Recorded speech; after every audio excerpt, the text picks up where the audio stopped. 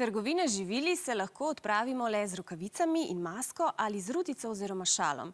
Hrana je dovolj za vse, pa tudi kmetje jo sproti pridelujejo, prehranska in druga podjetja jo predelujejo ali izdelujejo. Torej, smo preskrbljeni, tudi če se zdajšnje stanje še zavleče. Ker pa je vedno dobro imeti tudi rezervni načrt, če bi slučajno, ampak res zgolj slučajno šlo kaj narobe, ima država tudi blagovne rezerve. Podrobno pod lupo poglejmo, kaj so blagovne rezerve in kako jih bodo, če bo treba, razdelili. Blagovne rezerve so zaloge hrane in drugih osnovnih življenjskih potrebščin. So kot nekakšna velika shramba, v kateri naša država hrani vse, kar nujno potrebujemo za preživetje. To pomeni, da smo prebivalci Slovenije nemoteno oskrbovani tudi v času hujših naravnih nesreč, epidemij in morebitnih vojn, saj imamo vendar svojo shrambo. In kaj v njej? V živilskem delu so na primer moka, testenine, rž, pšenica, koruza, različne vrste mesa, konzervirana živila, mleko, sir, sladkor, olje, sol, voda in druge osnovne prehranske potrebščine. V neživilskem delu pa so zdravila za ljudi in živali, medicinski pripomočki, recimo povoj in gaze. Tu so sredstva za zaščito, na primer maske, zaščitne obleke, rokavice, razkužila ter gorivo, dizelsko, bencinsko, letalsko, petrolej in podobno. Najdemo še agregate, peči za ogrevanje in podobno.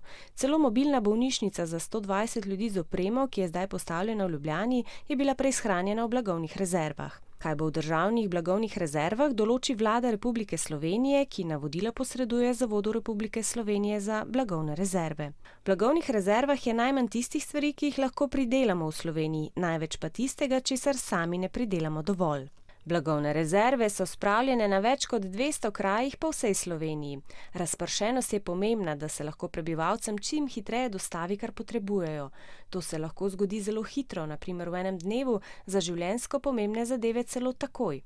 Vse se zgodi po navodilih vlade, ki določi, kam in koliko časa je potrebno dostavljati. Tako pridejo izdelki do vseh ljudi, ki jih potrebujejo. Zdravila in medicinske pripomočke razdelijo bolnišnicam in lekarnam. Pšenico razdelijo podjetjem, da jo ta zmeljejo moko in spečejo kruh. Sladkor, mleko, sir in meso razvozijo po trgovinah.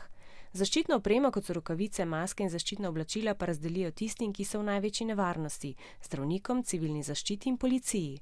Agregate pripeljajo tja, kjer zmanjka elektrike. Z gorivom se oskrbi policijo, vojsko in podjetja, ki imajo črpalke. Na črpalkah pa ga lahko dobijo vsi ljudje.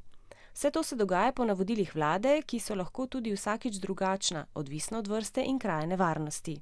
Izdelki blagovnih rezerv, ki pridejo do trgovin, so pakirani kot običajno in so enake kakovosti kot vse drugo na policah.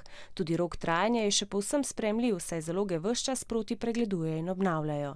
Z blagovnimi rezervami, ki se bodo v prihodnjih mesecih postopoma povečevale, smo dobro preskrbljeni, zato kopičenje zalog ni smiselno.